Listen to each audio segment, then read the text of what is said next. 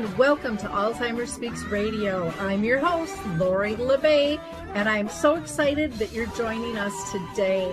We are going to have a fascinating conversation as usual as we learn from people all around the world at all ages and stages of life. Stay tuned as we shift our dementia care from crisis to comfort. Here we go. What you think about, you will bring about the mental change. We will. Well, hi, everyone, and welcome to Alzheimer's Speaks Radio. I'm your host, Lori LeBay, and I'm thrilled that you can join us today. We're going to be talking with Maude's Awards and find out about some of their winners for 2022.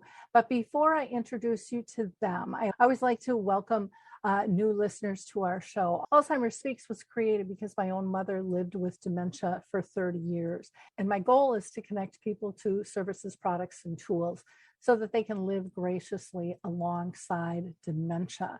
I do want to mention that we have updated our website. So if you go to alzheimersspeaks.com, you will find one whole section that has just free educational resources. And there's, over a dozen different topics there to pick from. So go to alzheimersspeaks.com and just click on that section. You'll be able to get to Dementia Map, our global resource directory, from there as well. We're going to hear from the Adaptive Equipment and Caregiving Corner, and then we'll be right back with our guests. I love the footbar walker, and let me tell you why.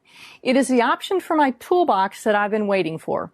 Let's be honest, there are some clients who, despite our best rehab efforts, just aren't able to return to performing a sit-to-stand transfer on their own. Now I can offer my caregivers an easier, safer option that doesn't involve hoisting their loved one up from a sitting position. I don't recommend this walker for all of my clients, but I do recommend this walker for those caregivers looking for an easier, safer option with transfers. I would also encourage other therapists to add this walker to their toolbox. It's kind of like having my own mobile parallel bars for the client to pull up on. Whether it's a family caregiver at home helping a loved one with Parkinson's or dementia, CNAs in a long-term care facility assisting their patients, or therapists adapting to client and caregiver-specific needs, we now have a very safe and effective option to offer in the footbar walker. Check this product out at thefootbarwalker.com. That's it for today from Adaptive Equipment and Caregiving Corner. Have a great day, and don't forget, if you can't do it, adapt it. So we are back, and we are going to hear about Maude's Awards and some of the honorees for both individual and organizational based winners for 2022. This celebration is always really fun, seeing the innovations that people are doing. And today we have with us Marilyn Raichle. She is the executive director of Maude's Awards, and joining her is Sandy Sabersky. And she is the co-founder and board chair of Elderwise, which is one of the organizational winners of Maude's Awards. And then we have Hailey Richman with us, who is the founder of Caregivers for one of their individual Maude's Awards honors as well. Now, Marilyn was instrumental in launching Maude's Awards back in 2019 with the original founder, Richard Ferry, and his wife. Previously, Marilyn was a devoted care partner to both of her parents who had developed Alzheimer's disease. Her mom began to paint, and her paintings drew Marilyn in and introduced her to this woman who definitely had something to say. Thus began Marilyn's journey as a care partner, and she is now dedicated to the joyful mission of Maude's Awards. A little background on Sandy. Sandy is the co-founder of Elderwise, which was started back in 1997, and she is the co-author with Ruth Newald Falcon of the Elderwise Way, a different approach to life with dementia, which explains their Elderwise philosophy of spirit-centered care. I love that phrase. And she has practiced physical therapy for 25 years and is a certified saging leader and saging international professional as well. And then last, I want to introduce you to Hailey Richman, who is 15 years old, but a powerhouse in her own right. She is the founder of Caregivers, which she founded at the age of 10. And she's also the executive director of Puzzles to Remember. And she was a caregiver for her own grandmother who had dementia for 9 years. Well, ladies, I've done your introductions already, and I'm thrilled to be here with you today. It's such an honor, and I can't wait to have this discussion about Maude's Awards and how each of you have gotten involved, with this process. But first, I always like to ask everybody if they've been touched by dementia in their own family or circle of friends. And so, Marilyn, I'm going to start with you first, if you don't mind. Not at all. And it's wonderful to be here. It started with my mother and my father, who were both developing dementia, and I became their family designated caregiver. And I didn't know what I didn't know.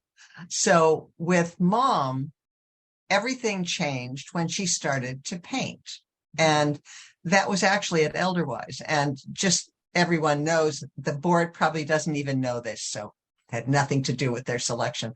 But Mother began to paint, and all of a sudden I realized that she was still there, that this wonderful person was still living with purpose and creativity and invention, and it changed my life, and it changed her life. And I started to see this glorious woman, and for the next 7 years, I had the great privilege of taking that journey with her. Fantastic. Thanks for sharing that. I love the tie into the arts. I just think it's so important. And so often we think, oh, they can't do that, instead of giving people a chance. And then such beautiful surprises can come out of that. Sandy, how about you? Have you been personally touched by dementia in your own family or circle of friends? Hi, Lori, and everyone else. Thank you. I have not been personally affected by dementia in any profound way.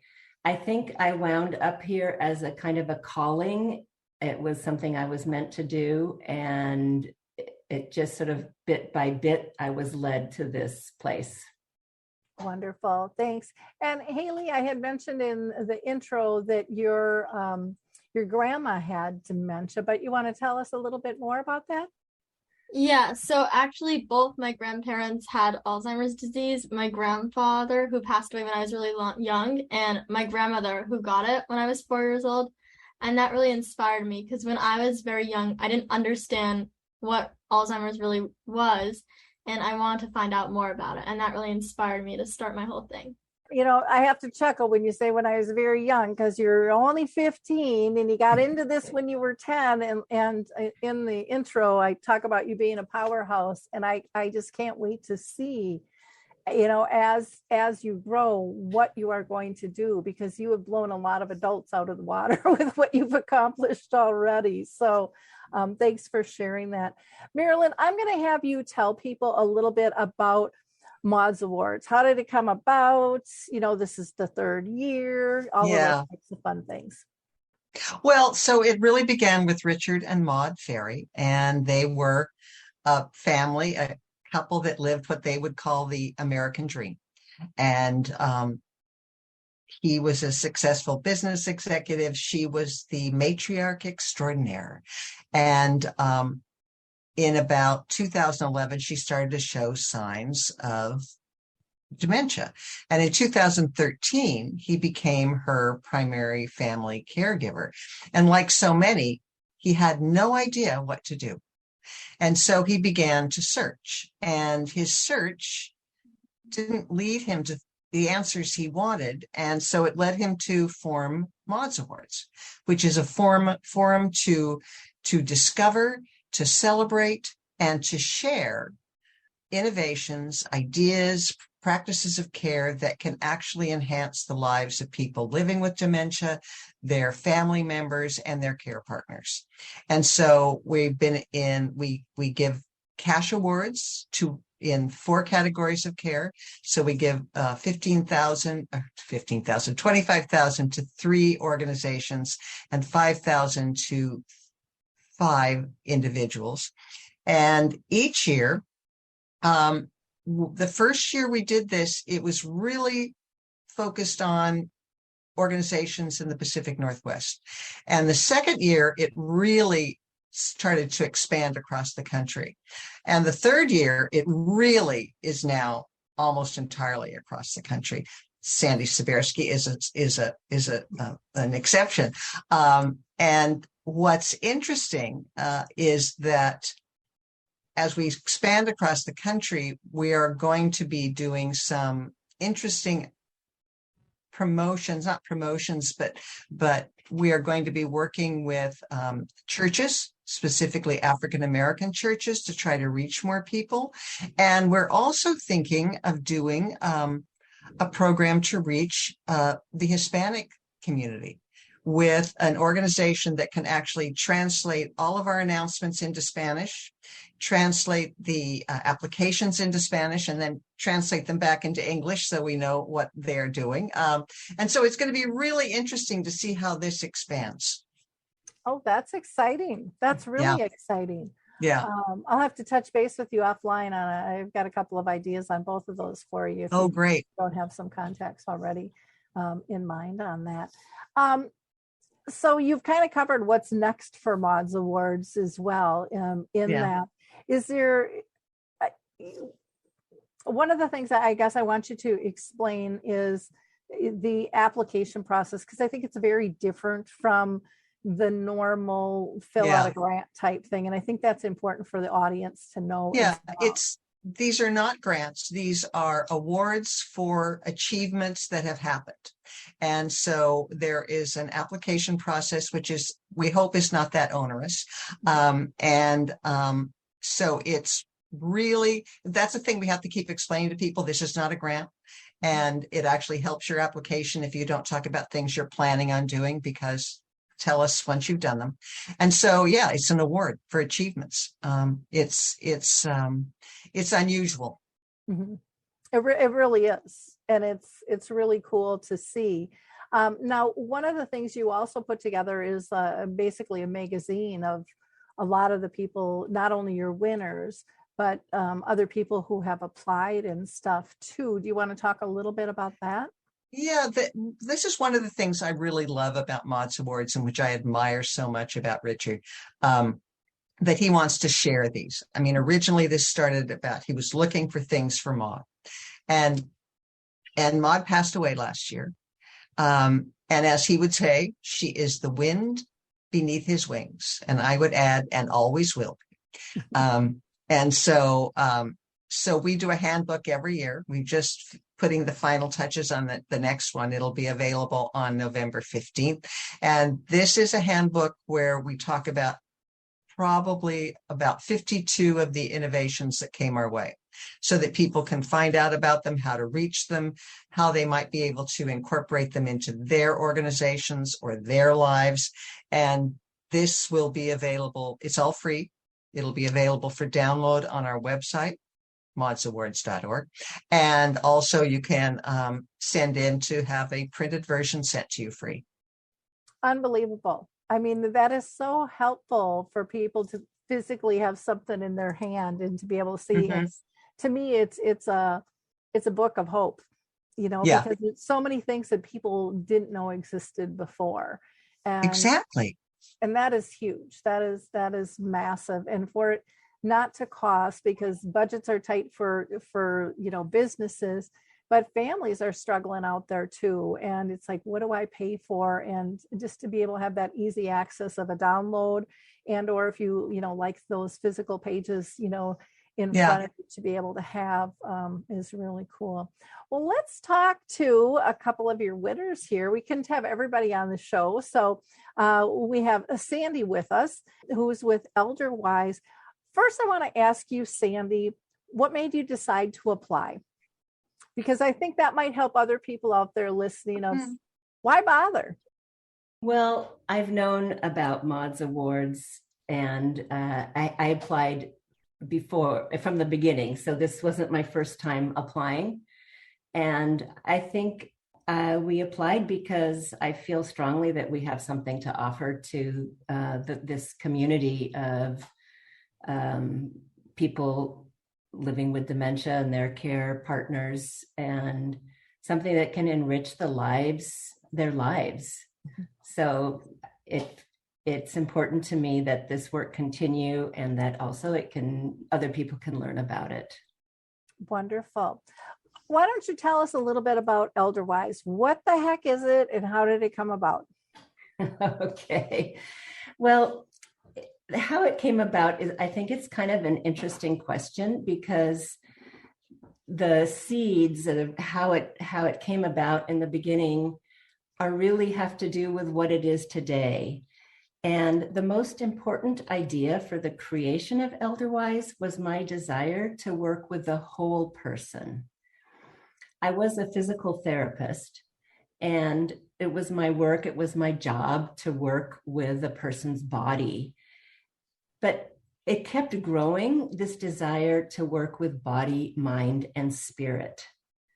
And I was young then, in my 20s, and I still had a lot more tools to gather, but the seed was planted. Another important element was my involvement in conscious aging. There was a conscious aging movement. I joined an organization now it's called Saging International. And I became a certified saging leader. Here I learned about the work of aging, life review, life repair, leaving a legacy, facing one's own mortality. So the first aim in creating Elderwise in 1997 was to make a space where people could come together to learn and grow and do the work of aging through community and social time together, through discussion and important topics, through artistic work, sharing a meal, movement, and so forth. The thing was that many who attended these first gatherings had different diagnoses. They had multiple sclerosis, Parkinson's, dementia, in addition to old age, isolation, and loneliness. As my commitment to working with this group of people grew, I became interested in these questions. Who are you if you have dementia, and can you learn and grow? Out of this exploration, I found some answers, and I learned a lot. And this is how Elderwise and the philosophy of spirit-centered care was born.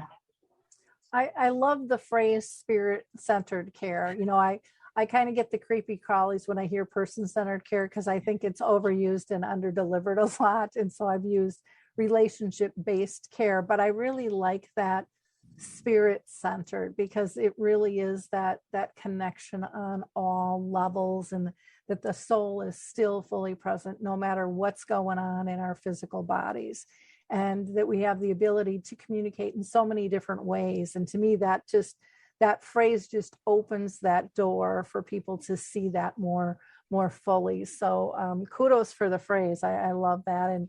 And for, you know, letting that seed grow in you as you gathered, you know, more knowledge and more tools, you know, over the years.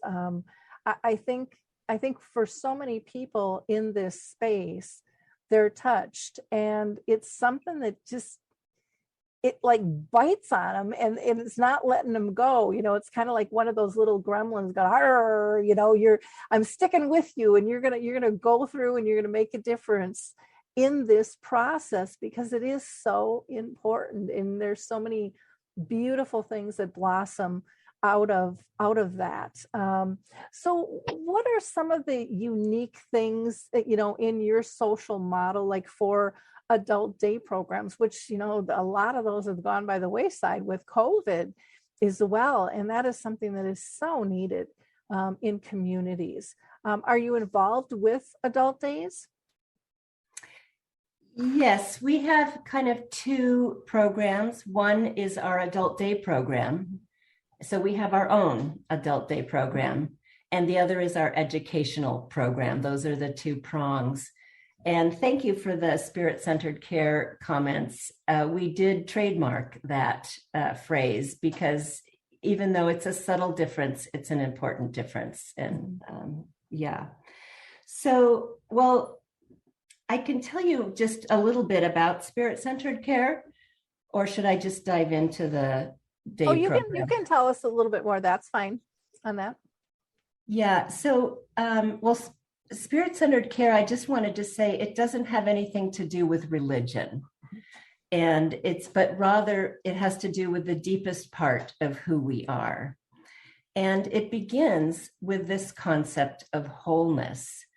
And when I think about wholeness, I like to think about an array of people I know, from the youngest to the oldest, and from the healthiest to the frailest. And to ask, are you whole if you are a baby? Are you whole if you're a toddler? Are you whole if you're a teenager? Maybe Hailey could answer that. Are you whole if you have an amputation, multiple sclerosis, mental illness? Are you whole if you are 105 years old? Are you whole if you have dementia? And at different times in our lives, we're not fully developed. And later, we're past our prime. But at Elderwise, we consider that we are always whole and that we haven't lost the essence of who we are. And in fact, that this essence is never lost. Somewhere in the spectrum between birth and death, our bodies decline, our brains also decline, but we are more than our bodies and more than our brains. And at Elderwise, we acknowledge the deepest part of who we are, which may be understood differently for different people. So spirit-centered care means working from our own essence and recognizing the essence, that deepest part of others. And it is both a very simple idea and a life's work. So as a staff person, working from my own essence is a spiritual practice for me, as it allows me to stay in touch with who I really am and to work in alignment with my own values. This attitude informs everything we do at Elderwise, the way we greet someone, the way we serve tea, the way we share a meal or paint together. Participants understand that they are being treated as whole with deep respect. And the difference is very subtle but important. So our model day program is unique because of this philosophy. It exists as a place to learn and grow and to expand. Most people don't use the words growth and dementia in the same sentence, but my 25 years of experience has taught me that we do and can learn and grow with dementia. We can become more open, more loving, more expansive, and more tolerant. Why? Because these things are deeper and closer to our essence. Just as if one has low vision, the tactile senses become more prominent. In the same way, if our brain is not working well, our heart can become more prominent. At Elderwise, the participants and staff can grow and learn and expand through art, the camaraderie, the discussion, and other shared experiences. And I have to believe that this is a good thing. I don't know what happens at death, but I do believe it will be better if we face it with a more openness and more loving, expansive way. I totally agree. And I love that approach. How about your educational programs for caregivers? How can you give us some examples of that and how you go about that? Right. Well, over COVID, we had a chance to develop some of our educational programs. And the first thing was that we wrote down our philosophy in a book. Mm-hmm. So we're proud of our book, The Elderwise Way, A Different Approach to Life with Dementia. And this book shares everything about our philosophy, and it's very easy to understand for care partners, both professional and family caregivers. And so right now, our first online training course is ready to launch. And we have received continuing education unit approval from DSHS and the National Association of Activities Professionals for this 1-hour course, which is an overview of spirit-centered care. And so this course will be available for staff in retirement communities and for family caregivers at a reasonable fee, and will be free to students and low-income family care partners. Well, that's exciting. That's really exciting. What has been your feedback from people with your spirit-centered, care philosophy? What have you heard is different and meaningful to both those living with dementia or attending your services? Well, I think people who come to Elderwise, they feel that deep respect.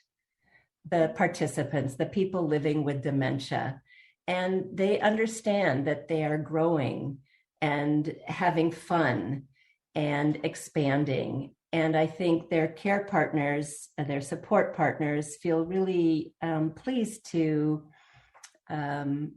leave them with us for that period of time. And that they also get to learn about Elderwise and take that philosophy into their homes. We have one family in particular that they say, we have an Elderwise home. And I love that idea. They take the concepts of slowing down time or the concept of being present and many other concepts, expanding through the different artistic work. And so I think on a personal level for families and participants, that's great. And we're just beginning since the book came out, we just did a conference at the Dementia Action Alliance conference. So we're just beginning to share to a broader audience about spirit-centered care, and look forward to doing more of that. Wonderful. Well, I love the philosophy, and I love that you're leading by example. I don't think there's any better way to go about that, because it's easier, I think, for people to walk in and embrace it when they see it, when they experience, when they feel it. It takes the scary out of this having to be a difficult journey. And not that it's easy every single day and every single moment. It's not, we all have our ups and our downs. But there are ways for us to live graciously together and to support one another. And I think doing that through your spirit-centered model just makes it so much more comfortable.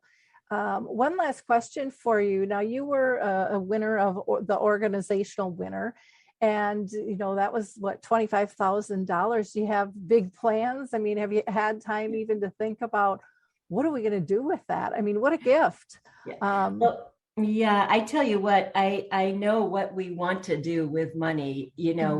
Developing these courses takes time. You have to film it, and it takes money, it takes resources. So, we're a small organization that packs a big punch. And so what I would love to do is do more of these educational courses. I love to pay our staff more. I would love to do those things. And the reality is we're using it to survive. We've been in COVID. We've just opened up our programs again. It's very exciting to be in person, and we're part of the Memory Hub in Seattle, and which is a really exciting group, a collaborating organization. So things feel really positive, but the fact is we need to use it for our daily living. But I look forward to having a lot more money to do a lot more things. Well, that's neat. And the intent of Maude's Awards too is not that you have to throw it back in. I mean, it is an award for an accomplishment and stuff, but I think so many people in this space just normally, want to infuse those dollars and hope and resources to what they're doing. So thank you for sharing your story, Sandy. Appreciate it. My pleasure. Thank you. Hailey, let's go to you next. Why don't you tell us a little bit about Kid Caregivers? What the heck is that? How'd you come up with the name? Kind of got an idea on that one, but why don't you tell us in your own words? Yeah, so when I was 4 years old, my grandmother was diagnosed with Alzheimer's disease, and it made me feel very alone and isolated. And I wanted to help other children who were dealing with this also. So I founded Kid Caregivers, which is my online support group, and we also help people who are living in nursing homes, because I remember when I would visit my grandmother, the isolation she felt living in a nursing home. So I would bring puzzles to her with my friends, and I saw how much it benefited her.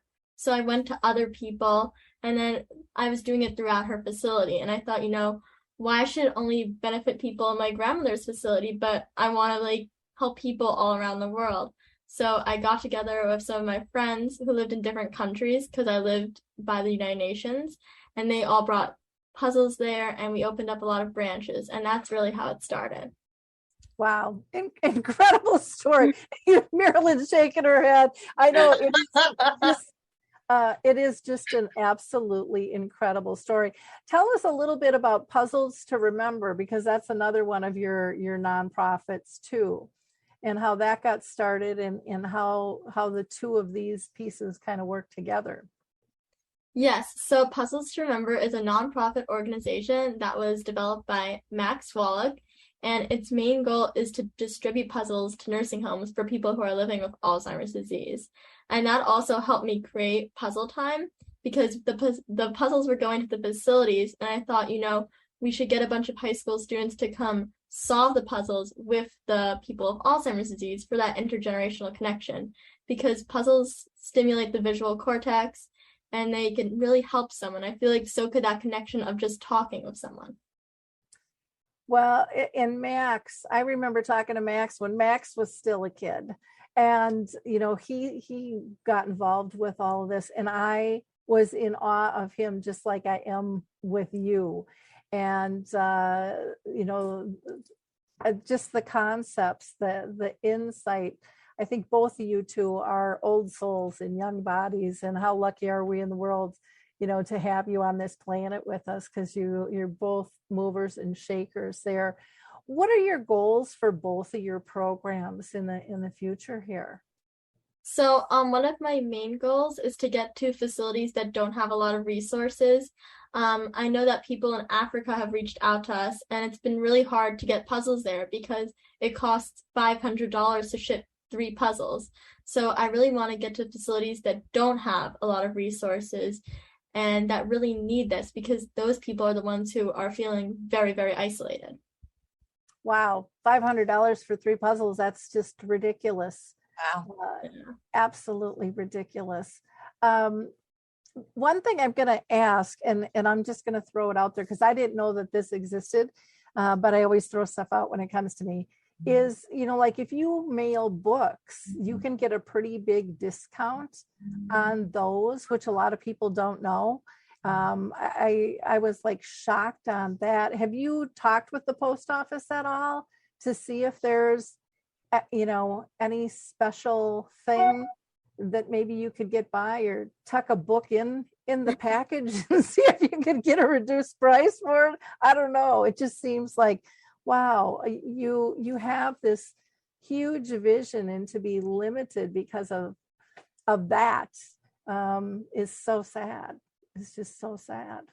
You can buy an airplane ticket and fill up a suitcase and be cheaper, probably with that. So no, you haven't found anything cheaper in terms of ways that you can transport things over there? Unfortunately not, but I have a lot of friends who live in various places across the world, so that's really how I was able to get to those places. I actually know someone who lives in South Africa, so we were able to get to one part, so that's good. Oh, that's neat. That's neat. How can other people, get involved with your work? They can email me or go on my website, kidcaregivers.com or puzzlestoremember.org, and they can email us if they want to distribute puzzles. We can give them a place and a tax ID number so they could give the puzzles to the facility. And if they want to volunteer, they can reach out. We have ambassadors in all 50 states, so we could find a place for them to volunteer. Wow. So do you have like chapters or is it individuals in the different states? So it depends. In some states we have an ambassador, and for that part of for their state, they'll control kind of as a leadership role. They can control the facilities and monitor their own volunteers that they recruit. And then for some places, we don't have an ambassador and we have just a group of volunteers who kind of all act as the ambassador. It really depends like how big the state is. Okay. Do you work with other groups like the Youth Movement Against Alzheimer's or Lorenzo's House or anything like that does a lot with youth? Or are you kind of an island on your own out there? We're kind of like an island on our own out there. Okay. Because I just wonder if you might be able to expand some of your work, by joining forces with some of those others. I just love hearing and seeing our youth get involved. It really warms my heart because I think A, you have a lot of energy, and B, you have just a lot of creativity in terms of what you want to do and how you want to change things. And I find it really, really inspiring. What do you have future plans for, when you get to be, let's say 17, what you want to do? I want to definitely get to more places and maybe try to even expand this to some places that, are not getting like a lot that I don't know about that could be really struggling. And I want to maybe see if we can get more volunteers in other countries that don't have a lot of resources. So that's definitely something I want to work on throughout the years to try and expand. So do you see continuing on as you're an adult with this whole movement? Yeah, I'm very passionate about it, and it just brings me so much happiness to see how like just a simple puzzle could make such a difference in someone's life. So I love doing it. Oh, that's just fantastic. I can just see from Marilyn and Sandy. I mean, everyone's beaming just hearing you talk. Your energy, your excitement. It's wonderful, and I'm just thrilled that Maude's awards came your way.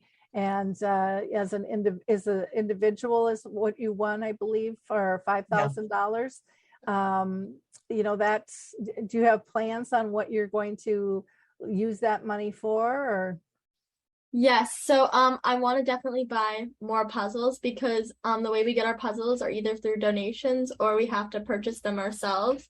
So that's definitely going to go to that. And then I want to ship puzzles out to these countries that don't have a lot of resources. So that also takes a lot of money. So we're going to put it towards that also. Oh, fantastic. Well, this, like I said, having you guys on just kind of melts my heart. I love hearing about the works that others are doing. And I think both of you are just so inspiring. And Maude's awards, Marilyn, you and Richard and the team there are just doing such cool things to really help lift spirits and give hope. And I think there's been a gap in the hope element there in the dementia journey for many, many years. And that is really rising up. And I think it's just giving everybody a little bit more strength and confidence to move forward again in a gracious fashion. Is there anything that anybody wants to add before we give contact information out? Hailey, was there anything that you wanted to add that I didn't ask you that I should have? I think we covered it all. Okay. Sandy, how about you? Well, I was going to share one of the concepts that people could take home with them and use in their own home if you would want to hear that. Sure. So we have this concept, which I love, which is called slowing down time. Mm-hmm. And so when you come into the Elderwise space, and you can do this in your own homes, when you come in the door of your own home, that you enter a different time zone. We call it the Elderwise time zone. In here, everything slows down to match the pace of the person living with dementia. And I think, the pace of life can be very fast and overwhelming even without dementia. And when with dementia, it takes longer to take in and process information, it can be even more overwhelming. It can lead to shutting down and withdrawing. Sometimes I think of myself as standing at a street corner when the cars are rushing by and it's cold and the wind is picking up, and I'm, pulling my sweater tighter around me. And I imagine that this kind of a feeling is what as a person living with dementia might feel like. So at Elderwise, we take the time to hang up our coats and adjust our chairs and adjust the light for everyone's comfort. So rather than closing in and shutting down with a slower pace, people can relax and open up and share, stay connected to their center. And I like working with people with dementia because I also like a slower time zone. Well, it's interesting because we just fell back with the time zone, and there's lots of talk about, do we need to do that? Don't we need to do that? What are we going to do? And it can screw people's schedules up, but you are looking at really just trying to meld into where you are. And, I see myself, I see so many others just quick pace, kind of scooting their butt onto the chair and trying to pretend like they were there on time, even if they were running late or feeling organized, but that angst is still in the body. And you're just saying, just breathe. Life's going to move forward. We're going to get it all done, but let's just all be centered and peaceful. It just makes everybody's day so much easier. So I love that tip. I think that's a beautiful tip for all of us in this world, just to slow down, know that nothing's going, we're not going to miss anything, but we're going to be filled, and we're going to be more attentive when we're centered, when we're calm. We're going to be able to take more in, and we're going to be able to give more too, to the community that we're with, or even if we're just sitting by ourselves. I think we're going to feel more full by doing that, more satisfied. So thank you. Marilyn, anything you wanted to add? It's such a privilege to work with Maude's Awards and to be around people like Hailey. And I want to know what you're going to be doing when you're 15, and Sandy, and all of the programs which express so forcefully that persons living with dementia are valuable human beings filled with creativity and purpose and joy. If we know how to do that, how to help them be there and to join them there. Exactly. Now, people can go to maudesawards.org for more information. Again, sign up if you want one of those handbooks mailed out to you, or you can download that on November 15th. You said that was going to be available. Find them on social media. Their handle is Maude's Awards. And Sandy, for you, for Elderwise, again, very simple, elderwise.org. People can also email you at info@elderwise.org. And then on Facebook, you're elderwise.seattle. And Instagram is just Elderwise Seattle. And then why don't you tell us a little bit about, because you're a member of the Memory Hub, what exactly is that? If you can tell us that really briefly too. The Memory Hub is a wonderful place. And it also has something to do with the vision of Richard Ferry and others. It's a wonderful, humble offering to the community.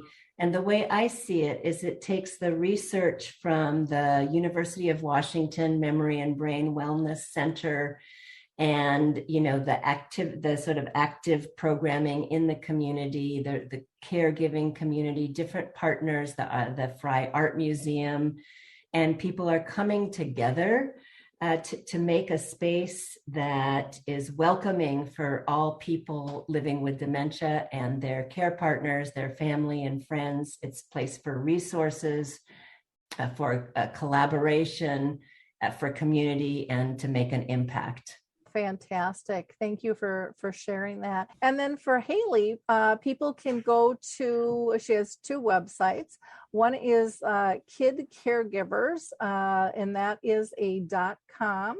And then she also has Puzzles to Remember, which is a .org. And you can email her at either of those. One is puzzles and the number 2 remember at gmail.com. The other is kidcaregivers@gmail.com. And again, on social media, you can find her at Kid Caregivers or Puzzles to Remember. And that one is spelled out TO on social media. It's always tricky with those social media and tags there on what we need to use. Well, this has just been really exciting. I really appreciate all the time and energy that you have put into making our dementia care culture better, and by sharing this. And I am so thankful to Maude's Awards for honoring these 2. Say, if you want to learn more about the other winners, you can, again, just go to maudesawards.org to find out more information about those. Yes. And again, there were 3 organizations and 5 individuals. Is that correct? Well, spread the word of this show and the work that's being done. And if you, great, there's the book, The Elderwise Way. Fun to hear what's going on. There we go. That's the book that you can either get mailed out or you can download to learn more about some of the other applicants. Think for yourself or maybe for someone else who next year should be applying. Yes. And when will that open up again?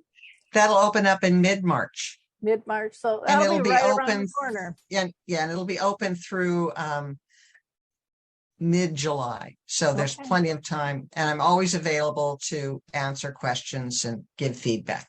Okay, sounds great. Thank you, ladies. Keep up the good work. I appreciate all you do. Thank you. Bye, everyone. Thank Thanks. you. Bye, Lori. Bye-bye. Bye. It's time to rethink, renew, and reimagine retirement. Hey everybody, Jared Sebesti here, host of Retire Repurposed. Now this podcast is about the non-financial parts of retirement, which many times can be even more challenging than the financial. We believe retirement is not the end, rather the beginning of what could be the most impactful, purposeful, and fulfilling season of a person's life. So don't retire, become repurposed.